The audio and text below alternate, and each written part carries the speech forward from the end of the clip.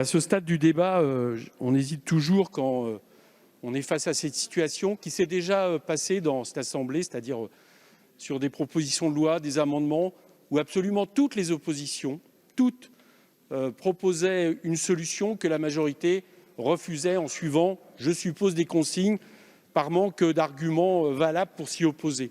Alors on hésite à chaque fois par rapport à ça, surtout quand c'est un sujet ainsi, entre s'exprimer par la colère, parce que je vous assure qu'il y a une certaine révolte qui monte, qui a déjà été exprimée, ou essayer encore de vous convaincre de changer de position. J'ai choisi cette deuxième solution.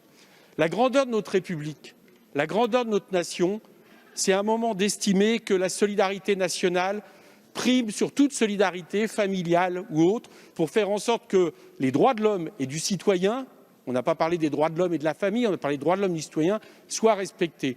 Et les droits de l'homme et des citoyens, avec la question d'égalité qu'elle porte, elle se porte avant tout sur les personnes en situation fragilisée, et donc notamment sur les personnes en situation de handicap.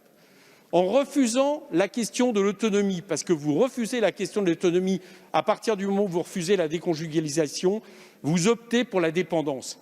Et vous optez pour la dépendance qui, pour les femmes, est en plus souvent une double dépendance, avec une contrainte parfois à rester dans des couples qui ne vont plus et qui même peuvent entraîner des violences parce qu'elles ne peuvent pas vivre autrement.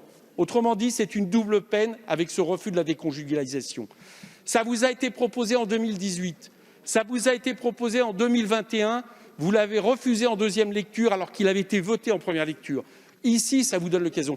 Si l'argument est financier, puisque j'entends parler de chiffres qui vont de 730 millions d'euros de coûts à 560, etc., nous allons bientôt avoir un projet de loi de finances. Ce projet de loi de finances, on nous dit qu'il y aura 11 milliards de dépenses, mais ça va sûrement monter à 17 milliards parce qu'on ne sait pas encore ce qui va être mis dedans, etc. Et on le découvrira. Alors franchement, je pense que tous les bancs de l'Assemblée voteront très volontiers le fait qu'on ouvre un crédit supplémentaire pour payer cette déconjugalisation qui n'est rien par rapport à la situation d'autonomie que vous offrirez aux personnes qui aujourd'hui en sont victimes.